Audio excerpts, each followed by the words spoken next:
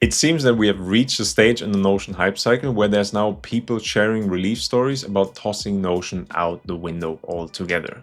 In this video, I'm going to share some insights and personal opinions with you as a long-term Notion user, which can hopefully help you to prevent from ever reaching that stage, which some might call Notion burnout. My name is Benny and I help thousands of Notion users on a daily basis to level up their Notion game and to improve their workflows with professional templates and tutorials. And now let's get right into the tips. I'm personally far away from ditching Notion, and my first tip to cure and prevent Notion burnout is to accept that Notion, who would have thought, is not the solution to everything. Yes, Notion has been promoted as the all-in-one workspace, even I call it that sometimes, and the app has huge potential to replace other apps and tools and to be able to consolidate a lot of things into one single source of truth. But that does not mean that Notion can cater to every single use case out there. So if you're struggling to make a particular use case work inside of Notion and it's causing you more headache than you're actually willing to accept, then maybe it's time to take a step back and to think whether or not there's a different tool that's better suited for this job.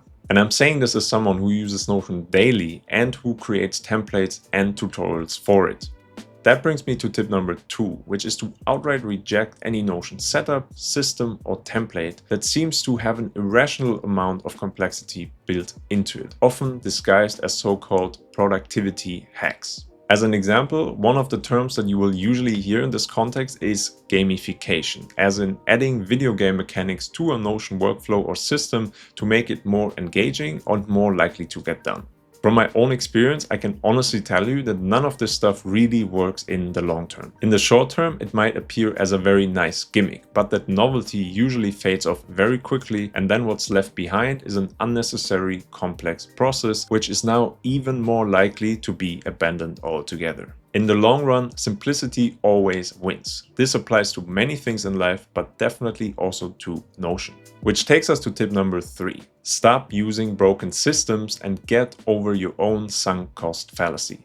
I was amazed to see that there's several videos out there of people sharing how relieved they are now that they've stopped using Notion or a similar tool, and it made me wonder how these people got to that point in the first place. Using Notion or any other tool should really be making your life easier, not harder. And if that's not the case, then you should just stop using it. If you've invested a lot of time into a system that doesn't add any benefit to your life, then the best time to stop using that system was yesterday. And the next best time is right now.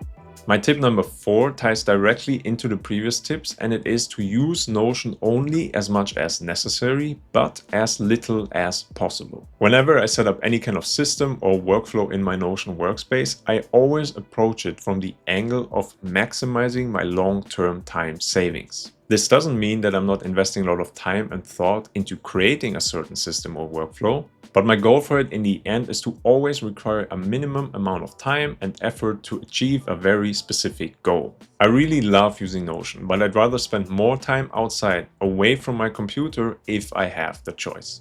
Last but not least, with my tip number 5, I want to encourage you to take things slow and to start small, especially as a beginner. Notion absolutely comes with a learning curve, and there's no better way to chip away at it than building things for and by yourself and to slowly iterate and improve them over time.